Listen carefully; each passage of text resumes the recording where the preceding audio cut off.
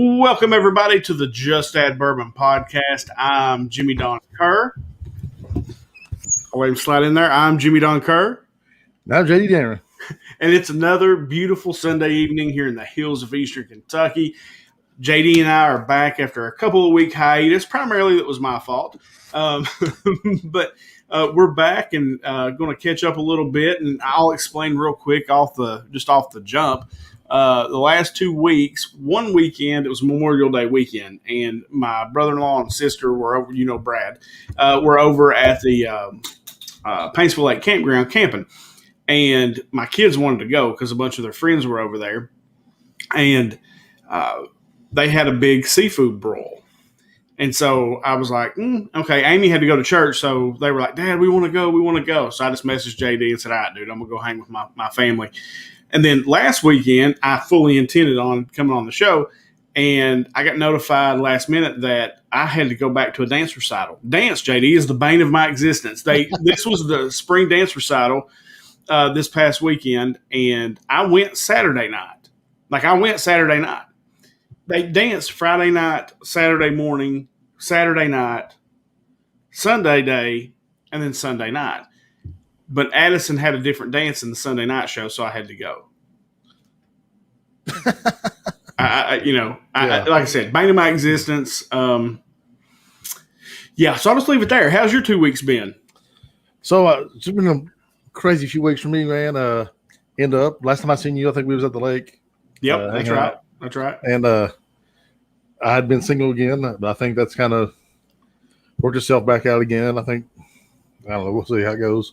But things are going good so far. Wait a minute, all right, so let's stop. So since the lake, you were single again, and now maybe not. Was I single at the lake? I don't think so. Was it Memorial Day weekend? Yeah.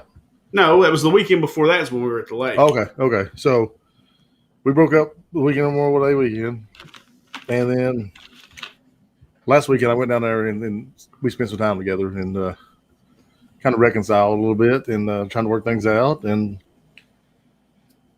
yeah, that's where we're at now. That's where we're at. Okay. All right. Enough said. And so it's been crazy. I've been working on a different podcast, the Comedy Workshop podcast. I was one of the guys I used to I told you about me going on that podcast and working out my material, getting better, trying because I'm going to get more stage time during COVID. And so now I'm hosting for those guys. Oh, nice, man. Congrats. So every Tuesday night I'm hosting that podcast for those guys, and it's just been a lot of fun, man. It's cool because you meet a lot of comics from, Vancouver and Ontario and Queens and Georgia and Arizona, So where do you find this at? Like if I want to go listen to it, where can I go listen to it? The comedy podcast, on Apple iTunes or iTunes. On iTunes? Yeah. And they've got a Facebook page and all that stuff. So. Oh, that's cool, man. So so you host and you get on there and you kind of work out your material. That's what you do. You kind of drop new material. So it's really cool, man, the way it actually works out. They assign you a subject, and you have to write jokes based on that subject, right? 3 to 5 minutes of joke material based on that subject. And then everybody goes around, does their turn on that, and everybody gives critique. You can really turn it into a good joke if you said this instead of that. And then we go back around, do 3 to 5 minutes of your own material. Oh, cool. So it's like a joke workshop almost. It's a comedy workshop. You get a workshop. So, you sit down, you get a topic, you write some material, and it allows you to exercise your brain and your comedy chops when it comes to – that's cool, man. It's really cool because you're either writing jokes or, about subjects that you would never ever, think to write about. Last week they actually used my joke on Instagram, on their Instagram page. It was my subject was ghost stories. And I said, I really used to love ghost stories when I was younger, before I had an ex-wife. Oh, that's awesome. That's awesome. So I am here for the jokes in between a comment auction. Oh, very nice, Jason Chafin. Jason, look, I got to talk about Jason real quick. So everybody knows that I do the Small Town Collectibles. And Jason's going absolutely broke. And on that channel, like when I started, I was buying comic book mystery boxes. I was buying all kinds of different mystery boxes and opening them up. And then it's kind of converted to more comic book oriented material because that's just what people that were coming to my channel, that's what they were coming for, was the comic book stuff. Chafin's buys like 25 mystery boxes a week. Like my man has went all in. I was like, you're one of those people that when you start something, it's all in or nothing. He was like, absolutely. I said, you live really close to JD. There must be something in the water right there. So we roll, baby. We must be, but the water district, we must be putting a little something extra right there that makes you go for broke no matter what. I love it. Jason actually went with me last time I was on stage, man, up to Georgetown where I did the competition up there, which I thought was a competition. And I clearly had the best set of the night, and nobody said anything about a joke or award or like a competition at all. And I was pissed off because I drove 3 hours to do that, you know. Right, to do it, and then nothing. Nothing, yeah. What's interesting? Well, anything else been going on, man? Oh, man, I'm sure there is. Softball season finally came to an end. Haley had a pretty good year. You know, she battled some. I mean, she made some mistakes, but I thought she got better. It was a trying year for all the girls, I think. Man, everything else is pretty status quo, man. Working my digging in dirt. That's about it. Yeah, I feel you, brother. Same here. I basically just been working. Like, honestly, I've just been working. Like, it's busy season for me. It's like it's kicked in. So between that and two, it's abnormally busy. Because there's a lot of that free money rolling around. People have, you know what I'm saying? Like a lot of people have that stimulus money and they've saved it up for down payments and different things. And then rates are still low, which I don't know that rates will ever really go back up. Our country's in so much debt that I don't know if they raise the interest rates, they wouldn't be able to afford to pay the interest. So, you know, I think as far as the rates themselves are concerned, I think they'll stay down for a while. Biggest thing I worry about right now is the inventory. There's no like here. I'll give you an example. Nobody cares about this but me, but I'm still going to talk about it. It's really been my last 2 weeks. So the biggest thing, like normally the market time for a house in Eastern Kentucky itself is about 90 days. From the time you list it, from the time you get an accepted offer, it's about 90 days. Right now, it's like 3. And really? that is really abnormal for our market. Now, Lexington, Georgetown, Central Kentucky, places like that, that's pretty, I mean, it's hours. Like literally one will go on the market. Like we have to have pre-qual letters for people. Basically, you have to have the pre-qual letter sitting there with the realtor. So as soon as a house pops up, you see it, you've got to send the pre-qual letter and the offer in. Really? Yeah. And then there was a deal I was working with the other day that they put an offer in over asking, and there was another offer higher than that. That doesn't happen here. Wow. And that's seller's market. Would that be considered a seller's market then, right? Yeah, it's 100% a seller's market. And you're getting these crazy appraisals right now. Like it's really skewed the market. The thing is at some point, the bottom's going to drop out of that. Yeah, that's what I was about to ask. Isn't that what happened in 2007, 2008, and then the bubble just burst and there he was? Well, that had to do with them doing loans for anybody. Right. You had a huge default rate because I'm not joking, dude. During that time, giving out loans to people who couldn't qualify. It was insane. I mean, and we didn't do that. Like the people that I worked with, I remember because I was getting mad because there was 1 year, JD, I let $40,000. I kept a record of it. There was $40,000 in commission that I let walk out the door of deals that we could get approved that we wouldn't do because the people truly couldn't. People truly couldn't pay for them. Like you could get anybody approved, and they were manipulating the market. They were doing that. As far as there's a really good movie called The Big Short. If you're interested in that, that's actually got a bunch of stars in it. Christian Bale's in it, Brad Pitt, Steve Carell. It's called The Big Short, and it actually lays it out as well as anything I've seen about what actually occurred and the nonsense that was going on. And it was all in the name of greed. And when the economy collapsed, it was primarily because of the housing market, and those derivatives that they created all failed and all went belly up. And that's why they ended up having to bail out those companies. And, and that's why you had that the big bailout, that big recession, and it's all because of the housing market. What's happening now, it's harder than ever to get approved. Like you have to be qualified to buy a house now. But like what's going to happen here in Eastern Kentucky is, and like Chafin said here, text me as soon as the bottom drops so I can buy a bigger place on the cheap. There ain't going to be nothing left to buy. Really? And that's the problem is, you've got people right now, dude, that are cashing out of Eastern Kentucky that are leaving the area. Right. Just because there's not a lot of jobs, not a lot of opportunity, not a lot of that are cashing out right now and leaving. Well, the people that are buying them, these are houses they'll probably end up holding on to for a long time. So it's, from my standpoint, it's really scary. It's what I've been telling my people. I'm like, look, you better cabbage up right now because we're making good money right now. So I was like, you better save every dime that you make, because when the bottom drops out of this thing, there ain't gonna be nothing to finance. This can't last, right? It just can't maintain itself. Right. Yeah. And it's not as false as what it was back then when anybody and their brother could buy a house. It's not that same false bottom, because they're, people that are buying now are qualified and they have jobs, and they're, most of the jobs that these people have, especially here, are good jobs that'll probably stay. But there's not going to be anything to finance. Right. And that's the scary part. So what, like, and so this brings, we didn't talk about this at all, by the way, but like, I feel like, is there something we can do administratively, like as a government, to make sure that our economy isn't so impacted once this bubble busts? Like, what can we do? What can we need to stop giving people free money. Right. Like, that needs to stop. Like, and I know a lot of people like that, and it ain't free. As far as what I always tell people, for every $1,400 that you received, you'll pay back $22,000 in taxes. For each $1,400, you'll have to pay back $22,000 in taxes to repay that, because, just think it's 50-50, right? So 50% of the country is paying into the tax roll that's funding all this stuff. 50% is not, that are on, and it may be a little different. It may be like 60-40 that are paying in. It just gets closer and closer to 50-50 every day. The day that it reaches 50-50, we're in a lot of trouble.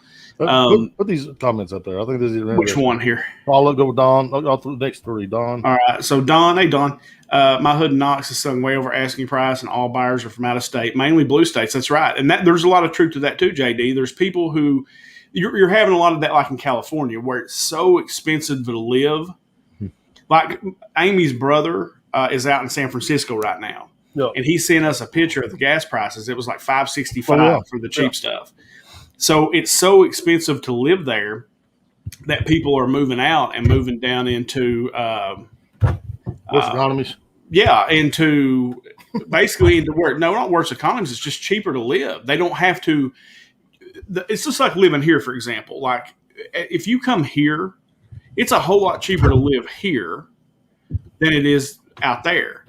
And it's because we're not so upside down. California is the most extreme example of that, because I think their government is completely, it's backwards. It's just backwards. And so hold on now.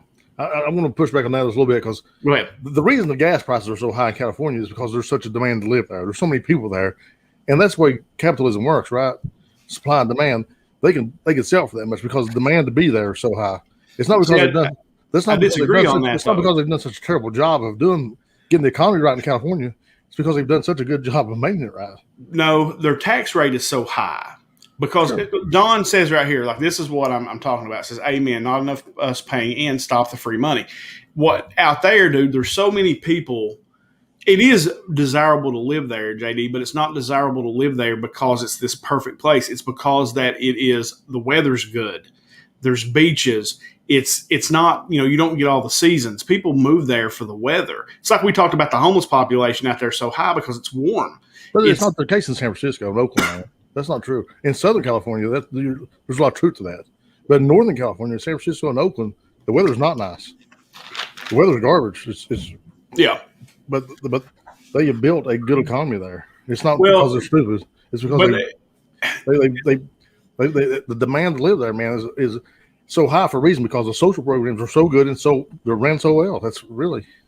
But they're also begging. If the government did not subsidize, if the federal government did not subsidize California, it would go bankrupt in a week. We're one of the states. If without the government, we wouldn't even be around, man. That's 100% true. Well, so you're 100% right. Which is a red state, and there's more red states that are like that than there are blue states at all, because the population of these blue states are so high. Then why are the people in the blue? Why are the people in the blue states moving out? Because, like you said, it's expensive to live there. Yeah, but it's the reason the economy is. It's not because the economy is bad, though. You think the economy is worse in San Francisco than it is in Inez? No, I don't. But here's the thing. Here's the part that I guess I'm pushing back on you, is expensive to live there because, number one, the government taxes are so high that you have to charge more to make a living. Two, the payroll there is way higher, but their money buys the same thing that our money does here, and everything's a lot cheaper. It's scaled, right? And the reason that it's scaled like that is because they are paying a crazy amount of taxes to fund all these social programs. And like I said, dude, California would go broke in a second if it wasn't for the federal government. Kentucky would last a little longer. If it was, and I'm talking, this is to fund the government itself, the running of the actual government. Kentucky itself is very much on the take. You have a lot of citizens that are on the draw, so to speak. They're artists. That's what everybody always jokes and says. Sure. But like, I wouldn't want to live in California. Like my job, dude, it would be. I mean, yeah, the houses out there that I would finance would be a lot more, but my money buys less. It buys less. But I don't think I push back that's because of socialist reasons or because of tax reasons. I think it's because the demand out there is so high. You can only get so much oil or so much gas to the gas station, and it's going to get swept up so easily, so fast. That's how that's how prices are set, man, everywhere. Not just California, not just Kentucky. That's just how the prices are set. Because the demand in California is so much higher. The gas, you don't want to pay $5 a gallon for gas? Fine, don't live here. You don't have to leave though, because this guy right behind you is going to pay it. So here's the pushback on that though, because what you've got is the reason prices are high, JD, is they can't make money at a cheaper price. They cannot survive and make money at a cheaper price because that's the reason. It's not that the demand is so high. There is some truth to what you're saying. There is some demand stuff, but the reason it's so high is because they cannot make a profit at a cheaper price because they're paying so much out in taxes. They're paying so much, and they have to pay their employees $15 an hour because it's a living wage. You got to raise prices. So what I really think is going on here is a little bit of both of what we're saying. Probably. I think the answer is probably like it is a lot of the times. It's in the middle, that there are a lot of bureaucracy and red tape to jump through out in California, and a lot of these social programs. But there's also a high demand out there. There's demand is there. The supply and demand is still is supply and demand everywhere. Go ahead. So I want you to read. I'm going to read this comment from Don. I want you to react to this. So not only are their states expensive, but the people in those states got front row seats to massive government overreach with shutdowns. Beautiful blue states, but they inadvertently run their own people out, and we get them. A lot of people. That's true. In a lot of ways, that has happened. Absolutely. But the opposites also happen. Is that people come from these rural towns where there's no opportunity and a bunch of rednecks, and people throw stones at you if you're gay or you're transgender, and they run out to the blue states. And so the same thing happens in reverse. Yeah. Do you think that's healthy? That we're splitting ourselves like that? No, I don't think it's healthy at all. Do you? No, I don't. I don't think it's healthy. Like, I wouldn't want to live in California. Like, for all the people that trash Andy Beshear, I feel like there's been a good mixture of the liberal policy and the Republican policy or the right policy, because he knows where he's governing, right? And he's got to give himself a chance to run. Sure. So we had shutdowns, but not to the extent that a lot of these other places did. And you didn't have that massive government overreach. I really think Randy's done actually a very good job being in the middle. And he really has. He's listening to the science and doing what that was, not only convenient, but what was common sense wise. Sometimes I think even the right wing is like, oh, let's just open it all up all the time. Well, that's not common sense. Goes against that. Well, there's got to be some regulation. I'm sorry. And there's also the idea that we've got to shut everything down and regulate everything to death, which also common sense tells me is going to kill business. So I feel like there's got to be that medium. And I think Andy's done actually a very good job of that. I do too. I'm not going to vote for him. But as far as I don't know. That's a good question. When I said that, I was like, well, I shouldn't say that because I don't know who he's going to run against yet. But like, I didn't like a lot of his policies. But overall, I think as far as what he's done with the COVID, it's not been awful. I think he did the best he could. And speaking of the science, reacting to the science, there's been a lot of interesting stuff come out about Fauci and the emails and him saying, look, masks are BS. You don't have to wear these. and the flip flop stuff that's kind of gone on. What do you think about like what you've seen come out with Fauci and these emails? Man, honestly, like I know it's going to sound like a total cop out, but I've been reading 3 books. I've been watching crazy amount of movies. Like I'm not watching any TV shows. I've been watching movies, and you know how many hours I've been working. So I really haven't. I seen one little headline about it that said that something about Fauci's emails, and so I really don't know, man. Like I hate to cop out on you like that because well, no, that's okay. I mean, as far as that goes, it's been very interesting to watch because following the science, and that's what I'd said. When people would say that, like when Trump was president, that's what we got a lot was follow the science, follow the science. Sure. But then when Biden became president, we didn't follow the science at all because the science was telling you that schools should be back in. It was basically telling you, okay, there's some immunity here now with the vaccine. There's some immunity, herd immunity where people have gotten it. Now, they've got the antibodies and things like that. And we just didn't follow the science. And then it comes out all these different emails that Fauci had written basically backing this company in China, this lab. And it turns out that may be exactly, it was man-made, and it probably got out of this Chinese lab, not as a conspiracy theory type thing, but it was basically they didn't regulate their labs like they should have, and it very well may have gotten out that way. But they kept saying no, and Fauci was backing the World Health Organization, essentially taking the line instead of actually telling the truth. And that's kind of the interesting part. So as far as the the virus being broken out of the lab, I think that's been disproved like months ago. I know it's kind of being chalked back up again, but as far as anything that I've seen in record or solid is that it was still, animal to human. No speculation about it. Like it's just or it is just speculation at this point. No, it's changed. That part's changed because I haven't seen that. Yeah, that part's changed. Is like there's a pretty good chance that that's exactly what occurred. Because, Trump was saying that, right? He was saying, I've seen evidence that this may be man-made, and then he got bashed on the media, whatever, Trump's a conspiracy theorist, blah, blah, blah. And now they're actually having to come back and they're saying, okay, this actually could have been man-made. They're kind of doing the investigation and finding out. Well, saying it could be man-made and saying it is man-made are way different things. Well, no, I mean, I'm saying it could be. They're saying It is basically they think it was probably man-made. So I'm going to reserve judgment until we see that. So now I'm going with the idea that it's still from animal to human until I see something different. I'm not seeing that. Now, as far as the schools opening back up and stuff like that, we did open back schools up under Biden, and to Trump's credit, he was trying to get the kids back in school when the CDC said kids should be in school, and that's what we should be going. That's what we should be doing. Is following the CDC guidelines for our kids. But I also understand, man, without a vaccine, you got a lot of, maybe the kids aren't affected as much, but, we had teachers, elderly teachers, man, who were susceptible to this thing. So it was a tough balance to find. I think we got, Kentucky had some public schools open up pretty quickly, I think. As far as February, I think, we had some kids back in school. So a lot of the Catholic schools, a lot of the private schools just went back to school. Whether Democrat, Republican, we should be following CDC guidelines for things of this nature. Yeah. And it was an interesting, I saw something this morning. I had got up and I'd flipped through, I think it was CBS or ABC. I can't remember which one. It's Face the Nation is what it was called. I don't know what that comes on.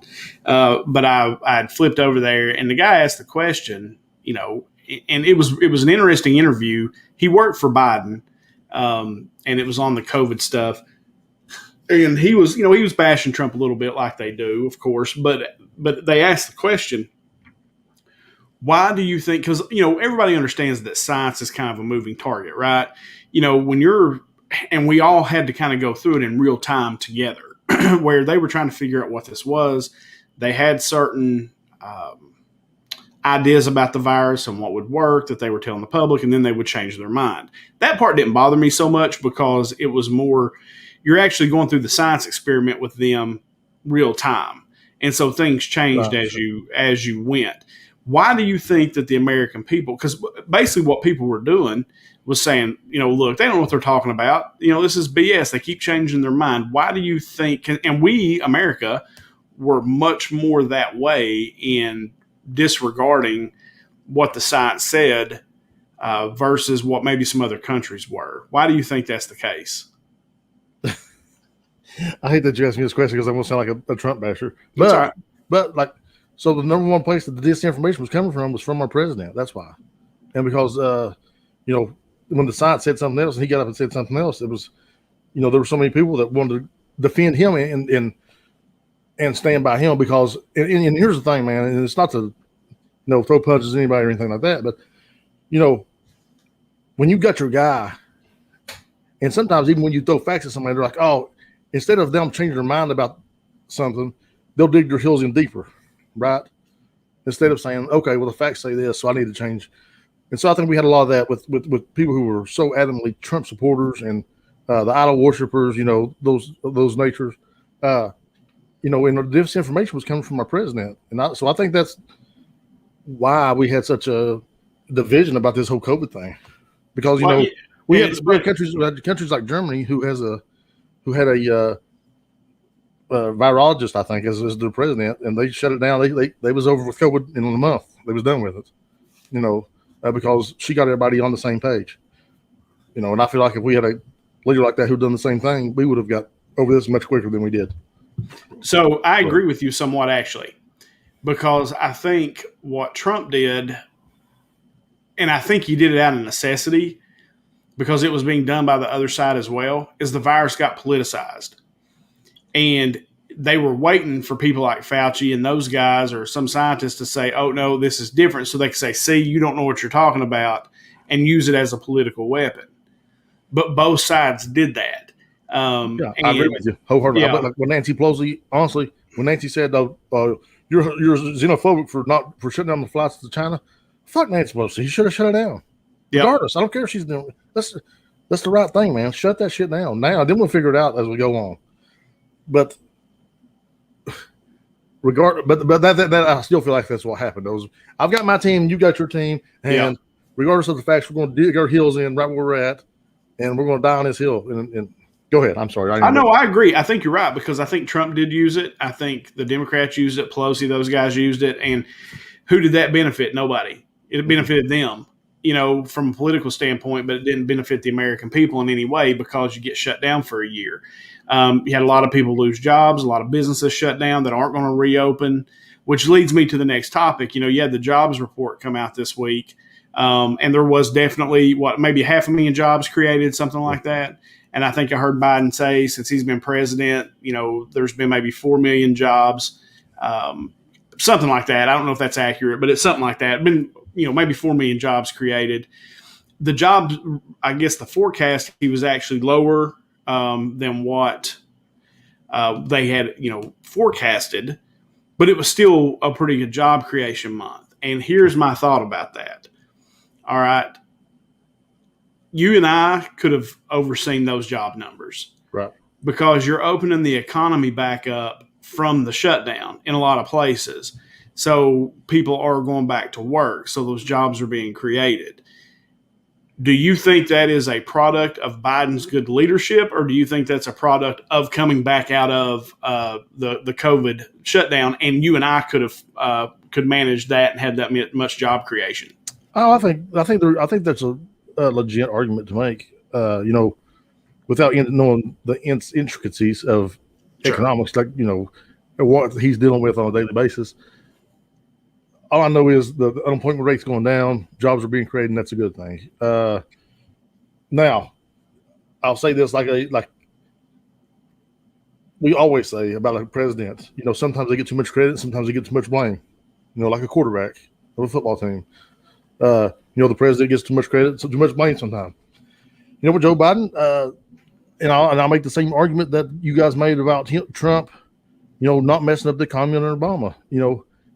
So what he's been able to do is get out of the way and let jobs be created, and he's got people vaccinated. He's really pushed that, and that's the reason the economy is opening back up. And so, nothing but kudos from me to Biden. Yeah, as far as Biden's done some stuff that I don't like. Obviously at the border, and we've argued about that over and over again. As far as the border itself, I just find that a much, much bigger problem than you do. And it kind of goes back to that argument I was making about California, where you've got so many social programs. You've got it. It's the scales have flipped, where you've got less people paying in tax to the tax base than you do have not. Or you've got less. If I said that right, less people paying in the tax base than those who are not. So the social programs are a big thing. And your economy cannot survive that way. You've got to have that 60-40 split. 70-30 would be better. He's done some good things. I think the overall pandemic stuff, I don't know. I think it would have went that way with Trump too, man. I mean, Trump's the one that got the vaccine to where it needed to be able to get it out. Yeah, Biden has got it out. People are getting vaccinated. I think there's some truth to that. I think there's some truth to the herd immunity part. As far as people just have had it and now they're not, I think that it's, part of that as well. I don't know. I'm still out to my opinion of Biden. I still don't have it yet. Like, there's been some things that he's done that I like. There's been some things that he's done that I don't. I am concerned. Like, I tell you one thing, JD, that I find interesting when we're talking about the job stuff is a lot of people around here. Like, I was in Subway last week, I guess it was, and the lady was like, "Hey, if you know anybody that's looking for a job, send them my way. I have one person." People were leaving, and because it's cheaper or you make more money off the government than you can actually working a 9-to-5 job. Yep. And I know another guy that owns a business that actually was having to raise his employees' pay to keep them from leaving to go draw unemployment or whatever, but all his prices increased. And the reason I know that is because I went in to this business to do what they do there, and I was like, damn, the prices have gone way up in here. So I just called him, and I said, why is that? And he said, man, I'm having to raise everybody's pay because it was really, really high. I was really surprised. So I've got a few opinions about this. I'm reading a book. I'm reading a couple of books, but I'm about to finish a book called Antisocial by Andrew Marantz. And I'm trying to get him on the show because he's fascinating, by the way. But in this book, he talks about people. No, actually, that's a different book. These books are mixed up. There's the book I'm reading that's called Tightrope by Nicholas Kristof. And he's talking about it's Americans Reaching for Hope, Tightrope, Americans Reaching for Hope. And he's going around these rural communities talking about how people are trying to make a living, man, trying to scrap out of a living. How opportunities do matter, how where you come from does matter, who your parents are, and the situation you come from does matter. In this book, he talks about inflation and how if the minimum wage stayed up with inflation to today from the 1970s, we're talking about $22 an hour. Mm-hmm. So I feel like if you're making more on government wages than you are working, the government's not the problem. The business exploiting their employees is the problem. And I understand, man, everybody's got this incentive. You got to have an incentive to put the hours in to run a business. I know it's a stressful thing. It's not easy. But I also know that you paying the employees a little bit more an hour. Like, we always if Walmart pays these guys $15 an hour, we're never going to be able to afford to go to Walmart. The top 5 guys at Walmart make more money than all the other employees together. But I understand that. But what you need to do is you need to take the Walmart, the Amazon, you need to take those massive corporations out of the discussion when you're talking about this, because those guys are going to make money anyway. They've put out every mom and pop out of business that there is. And talk about people like me who have small businesses who aren't making that kind of money, right? Like, you have to really manage your margins. Right. But even I agree with that. That's a good point to make. But now if you had to raise your employees' wages and that means you're only going to go on 2 vacations this year instead of 4, I'm okay with that. If that means that the kid down the street's going to be able to afford it, or you're going to have to provide insurance for the family instead of going on getting your second home or third home in Florida, I'm okay with that too. So while those things that you're saying doesn't apply to the actual small business. Well, I think it does apply to the business. No, I don't have 4 homes. No, I'm not talking about you personally, but I'm talking about there are people out there who are exploiting there's mom and pops out there who are exploiting their workers. You know, I know people that run restaurants who they don't pay their employees they pay them cash to avoid paying taxes, and they don't have them insurance and stuff like that. That's exploitation, man. That's not 21st century America. It shouldn't be that way. They're not exploiting them. They're exploiting the government in that case because they don't want to have to pay taxes. Because for every employee that you have, JD, like they pay in so much money, right, for Social Security and workers' comp and things like that. Well, you have to match that as the employer.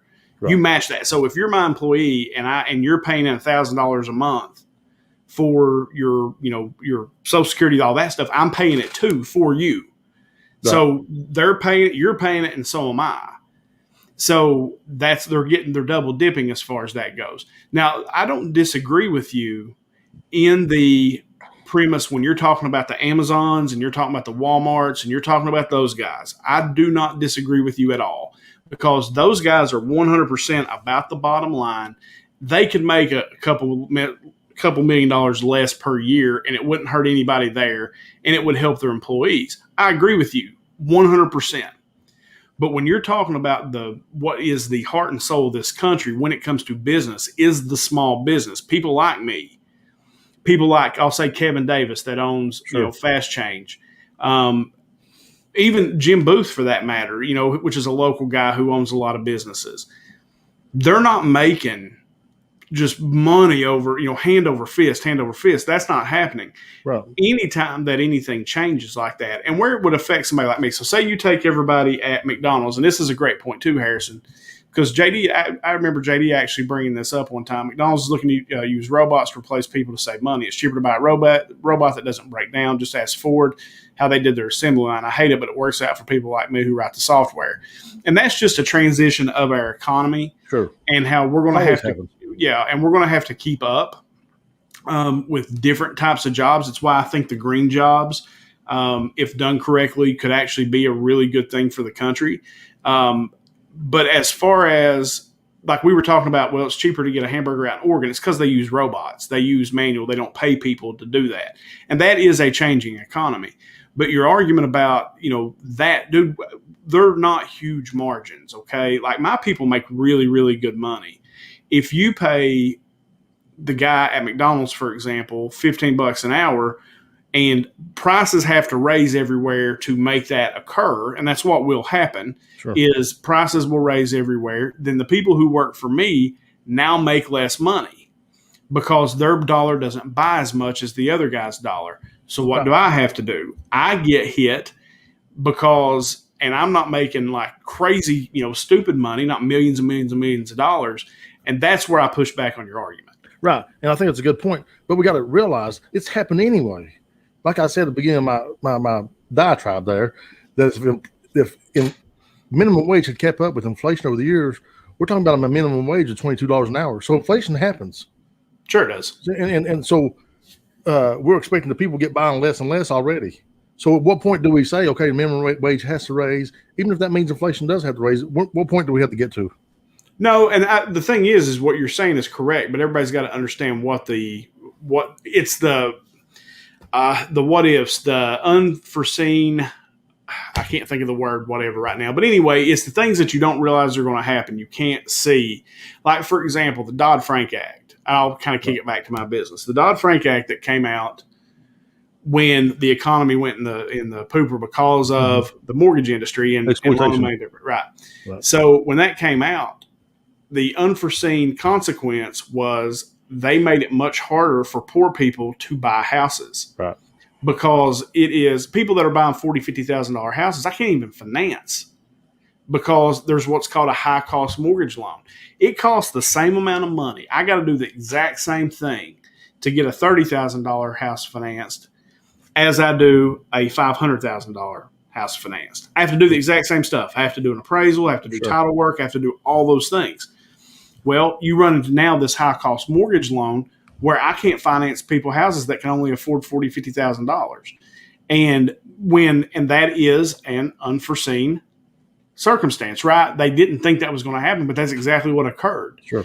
You're going to have something very similar happen when you raise the minimum wage for people like that. That's why the minimum wage has increased. They tried to keep the cost of goods down, but wages stagnated, and they can't stagnate. There has to be some kind of, I agree with you on that. There has to be some kind of, I just don't know if it can keep up to where it's $22 an hour. Right. So that's the problem though, like, right? Because we didn't keep up. We let it fall so far behind. We let it get so far out of balance. Yep. We didn't do these incremental raises over time, over 20 years, over 30 years, like should have been happening all along. And the problem is, man, why wages have been stagnant, profits have not. And I'm going to talk about these big companies, but their profits have continued to go through the roof year after year after year after year.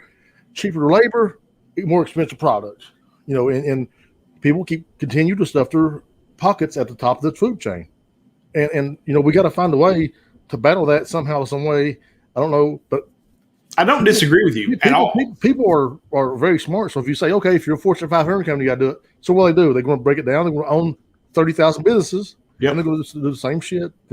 Yep. So, I know, you're right. And like I said, my biggest thing is that those corporations, like my biggest, bark at those corporations is that they put all these mom and pop shops out of business, because that was the heart and soul of your community. Dude, when we were kids, downtown Inez had all kinds of different businesses in it. Now it's a bunch of empty buildings with government buildings. Yeah. And when I was a kid, there was a clothing store, there was places to eat, there was a Western Auto, it was a thriving little town. These big corporations like Walmart and places like that are killing small rural America. Sure. Absolutely. And so I agree with you to the point that these big, y'all have a downtown. We do, Rundle. Yeah. Yeah, we actually do. My buddy from Baltimore was like, bro, y'all should just turf your downtown, Yeah, right.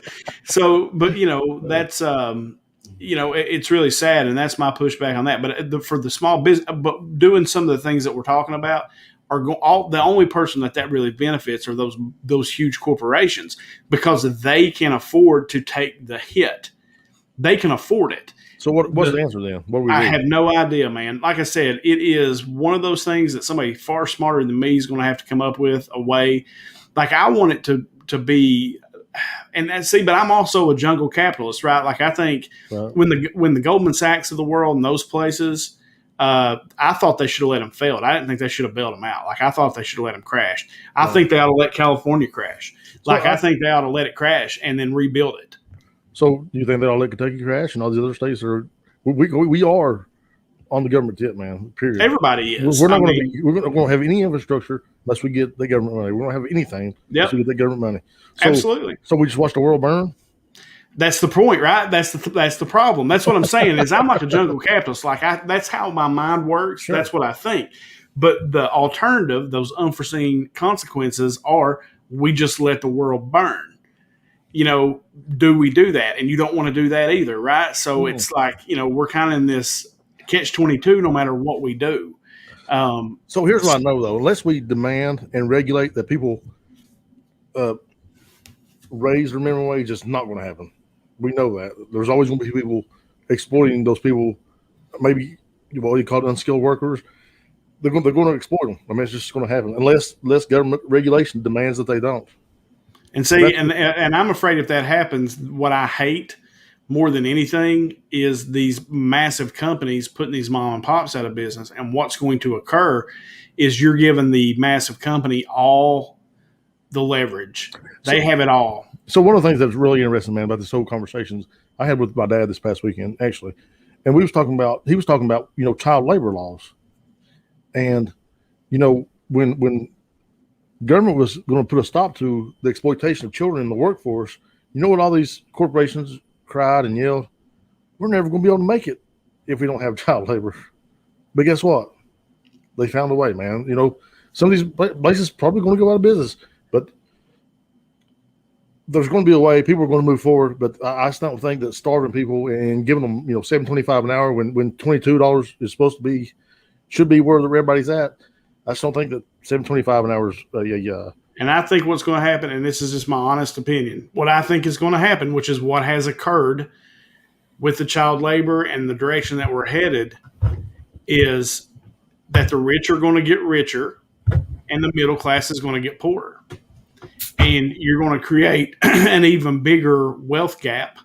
And I don't know, but the problem is, JD, I don't know how you fix it because we're so far down that road. Yeah, right. That's the problem. How do you fix it? That's really the problem. That's really the problem is, we're so far down that road because what's going to happen is the one percenters are going to get richer, dude. And then people like me and you who are in the middle class essentially are going to get poorer. And that's what's going to occur, in my opinion. And I think your point's great that with child labor laws, how are we going to make it? Well, what happened? The rich got richer and the middle class got poorer. And that, I'm afraid, is what's going to happen. But that may be the design. But by it's the also 1%. Exactly. But also that's also been the consequence of minimum wage rates not going up, is that the rich have got richer, the poor continue to get poorer, and it shrunk the middle class. And so, like you said, we're so far behind the 8-ball. I don't know that it can be fixed. And I don't know the answers, but I think it's observations. I like what Don says here. Amazon and the likes have plenty of money and do need to let it trickle down to the ones who made them, their employees.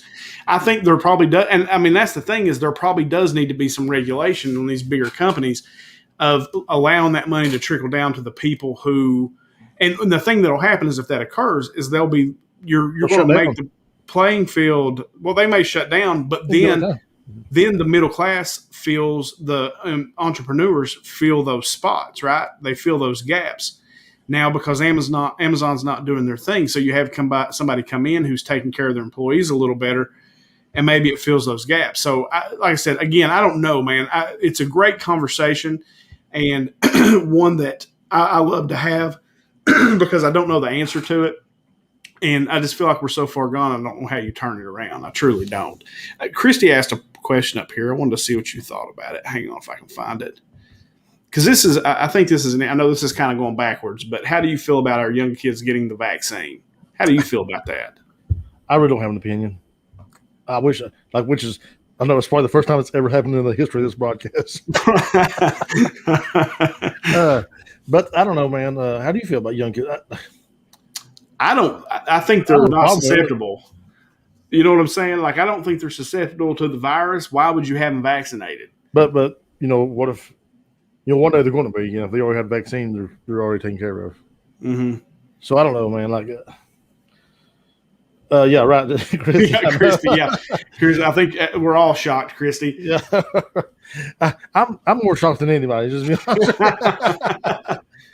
No, I feel like, I think it's a good thing. I think getting vaccinated is a good thing, period. If it's for measles, mumps, COVID, smallpox, chickenpox, whatever, get your kids vaccinated, get vaccinated, and I think that's where I'll leave it. Like, for me, like, getting vaccinated, like, I am definitely not an anti-vaxxer, okay?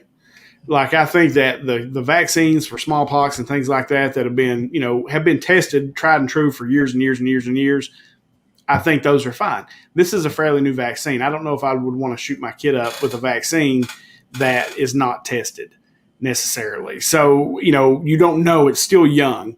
Yeah, like Rundle said here, maybe when the vaccine is approved by the FDA, now the emergency trial period. It's like I've always told you, I don't want to be the first and I don't want to be the last. I want to be somewhere in the middle. But now here's something that that's interesting. Look at Don's comment. They're absolutely susceptible to the variants. However, there's no evidence that they get more sick. If your child has went through puberty, then one vaccine wouldn't be bad, but not Johnson & Johnson. Yeah, that 2-shot vaccine makes people really, really sick. I don't know. I'm just not, like I said, they're not that susceptible to the virus that I've seen. Maybe some of the variants, but they're young and healthy and their bodies can fight through it. It is, and then as long as the people that are older that are susceptible to the virus, I think they should get vaccinated. Like, I still try to get my mom to do it. She won't. But I'm not necessarily going to do it yet, which brings up my next topic, JD. I want to see what you thought about this. Is a lot of these states, I think Ohio started it, they're having a lottery for just the people that are vaccinated. And then Kentucky's doing the same thing where there's 4 different $1 million winners. What do you think about that? I think I'm going to win, bro. That's what I think. Did you get vaccinated? Yeah. I don't think it's a bad thing, though, man. I don't think that incentivizing vaccinations is bad. I'm not a conspiracy theorist. There ain't nothing sticking to me. Did you see the? I guess there was a nurse and a doctor who went and testified before Congress about the vaccination made them magnetic, and then she put a key on her neck and it kept falling off. So, I'm not a conspiracy theorist. I don't know what the end game would be for somebody getting the vaccination or wanting you to get the vaccination. I don't believe in globalism. I don't believe that there's globalists out there with a plot to. I 100% believe that, but we'll leave that for another day. We only got like 10 we'll talk minutes about it here in left. a little bit. But we have never been offered an incentive to vaccinate. We've never had a pandemic hit like this. So this seriousness, 600,000 people dead in this country alone. It's a big deal. So it's not something to swap at. It's not 30,000 people like a flu is. We should incentivize people to get vaccinated so we can get through this thing. Life is becoming more normal again. I went last night to the casino. It was a great time. Nobody wore a mask or anything. It was great to see. Now I felt safe. Which I never give a shit anyway. But I'm vaccinated, so I was like had that in my back of my mind all the time. Like, oh, you don't have to worry about it. So it was good feeling. I think we should incentivize people to get vaccinated. Don't have a problem with the lotteries or the whatever they're doing. I feel like I'm down with the incentivizing it. I think it's a good thing because I think the vaccines are a good thing. Yeah. What do you think? What's your opinion? I'm sure yours is way different. No, it's not. As far as that goes, it's fine. I don't judge people if they want to get vaccinated. I don't care. If you feel like getting vaccinated is the right thing for you to do, then get vaccinated. I think that's great. I just don't want you to judge me for not. Right. That's my decision. I feel like I am, low risk for it. I feel like my daughters are low risk. I try to get my mom to. Like, there actually has been some thought in my head to go get vaccinated because I was afraid that I would make her sick. But she's pretty much decided that, she's had a good life, and if it takes her out, because she's like me. Like, my whole thing has always been, I don't get the flu shot. I don't, my kids were vaccinated when they were babies. Sure. I believed in that. I've been vaccinated, all those things. It's just I don't do any of that stuff, and I still am not convinced, numbers-wise, what I've seen, that it was any worse than the flu. Because I think a lot of those deaths were – no, it was obviously worse. I'm sorry as far as what I'm saying. But I haven't seen the final numbers to where there was a lot of people that were saying they died from COVID that had COVID in their system but died from a heart attack. Or died I think that's kind of been disproven at this point that happened. I think it absolutely happened. I think that there was a big conspiracy theory again, but I think that's also been disproven at this point that never did really, as far as having a real impact on what the numbers are. I don't think that really. Yeah, we'll agree to disagree on that one. But yeah, as far as because I know I think at one time that was a thing that was people thought were happening. But I think as we've gathered more information, as we've got deeper into this, those things have been disproven. I haven't seen any of that. And I'm not saying this to be a smart ass. I would like to read it. Like, if you know where any of that is, send it to me because I haven't seen any of that. Because I know hospitals were getting paid. They were getting incentivized based on the number of COVID patients they treated. Sure. And so a lot of that stuff was occurring. And based on what I've read, that was real. So like I said, for me, it's about numbers, and I just want to see. I'm not 100% convinced yet, but I'm not going to judge you if you feel like you need to go get vaccinated. That's fine. Yeah, but I do things, man. Like, I'm just going to say this, and I don't want to offend you or anything, but it's kind of odd that you feel like your mom, you're trying to get her to get vaccinated, but you're not going to get vaccinated to protect her. Like, I'm kind of. Well, she has decided that. Take her from you in case, because you're out and about. You like to mix and mingle and be social. So I just felt like I didn't take it because I feel like if I got COVID, I feel like I'm pretty healthy. I'm not going to die from COVID, I don't think. But I don't want to. That was my point. That's why I decided to do the vaccination, because I want to protect the people I love and the people around me. Well, the way I figured is if the people that I love are around me are getting vaccinated, they're safe anyway. Yeah, and if they're what I'm saying is if the people around me are getting vaccinated, then they're safe, right? Now, my mom has made that decision for herself. Sure.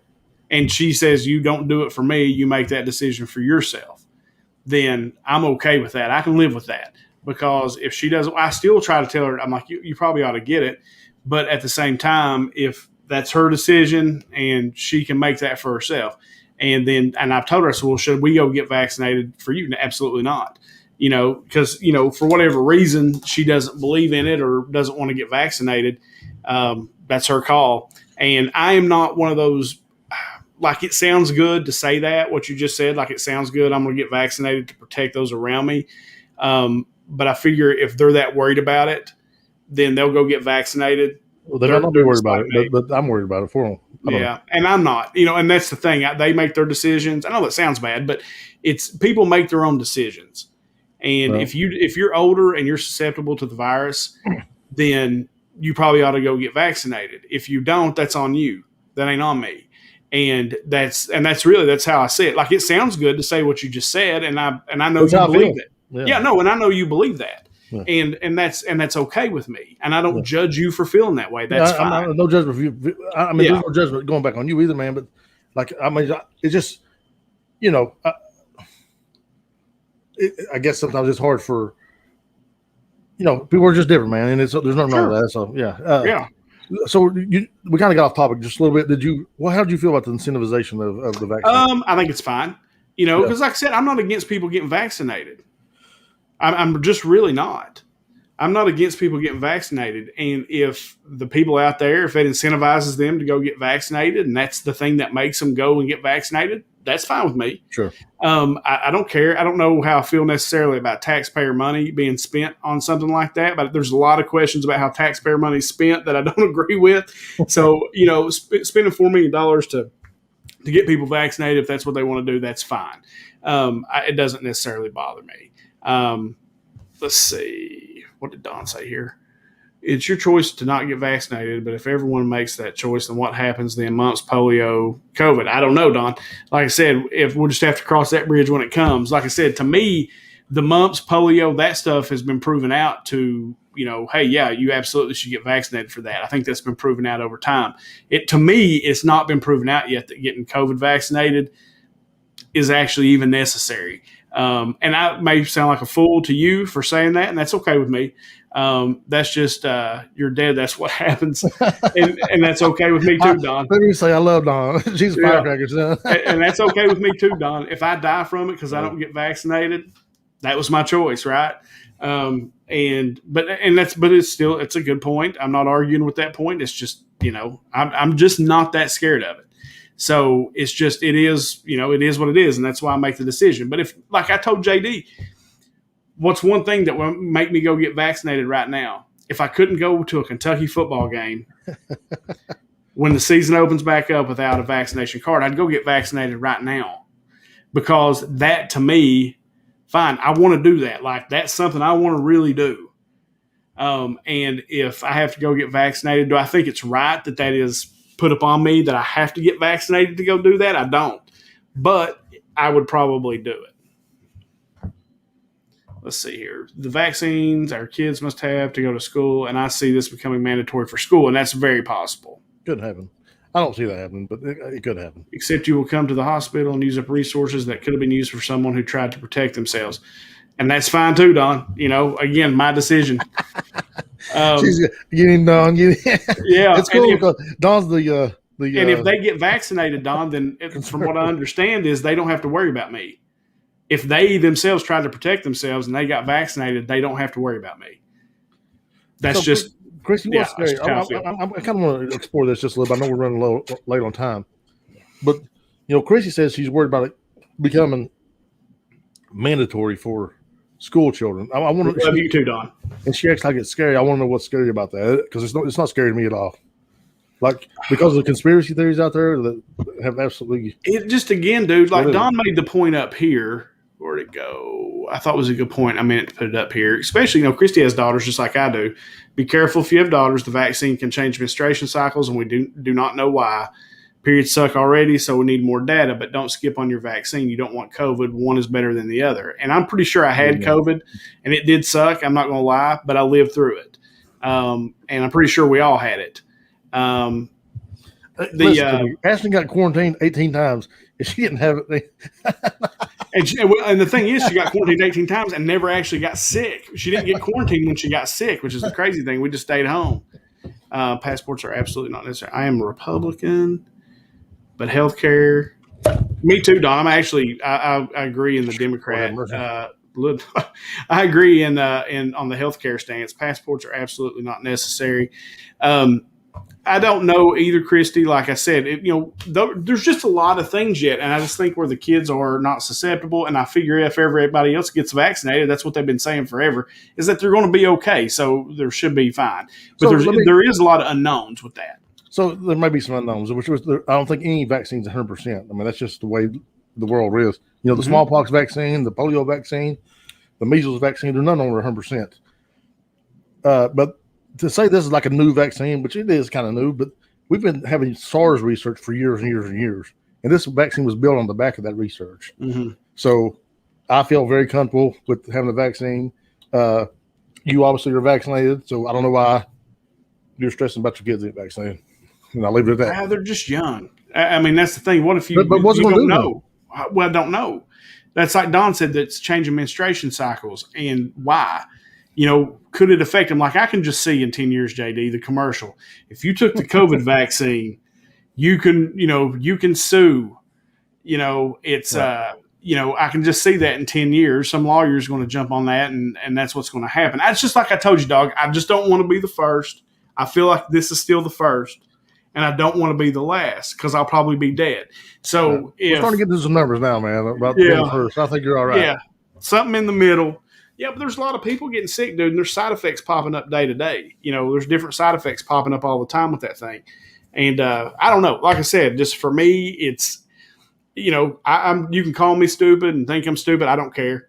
And I'm doing that, man. I'll keep rolling on just like I do every day. Yeah.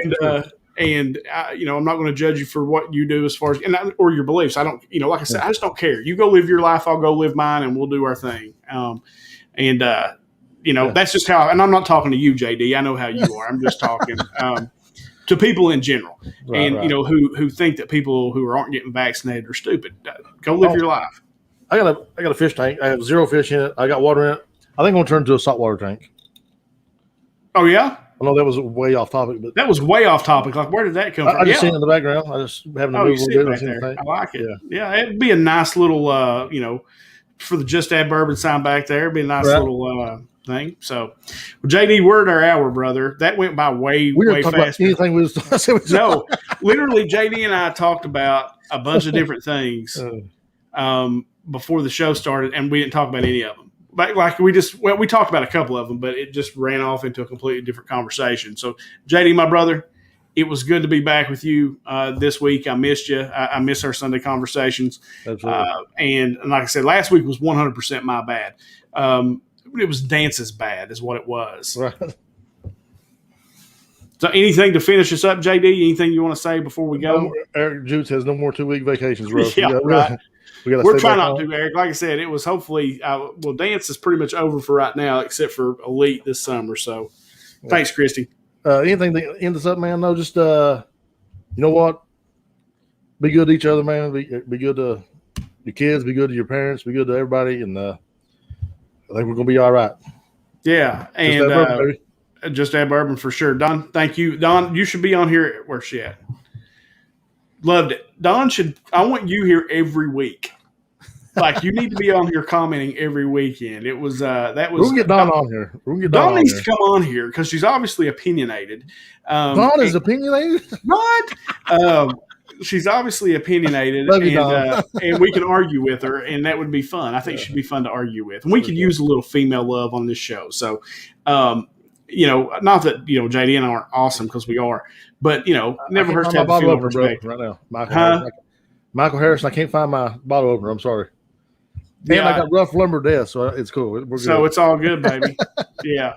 Look at the big brain on you, too. That's funny. We know, Don. We're not stupid. We know. Or we'll lie to you, one or the other. I don't know. But no, guys, we really, really appreciate you coming and hanging out with us here on Sunday evening. And like I said, my bad. We missed the past 2 weeks. It was 100% my fault. So, but it was good to come back. Great show back.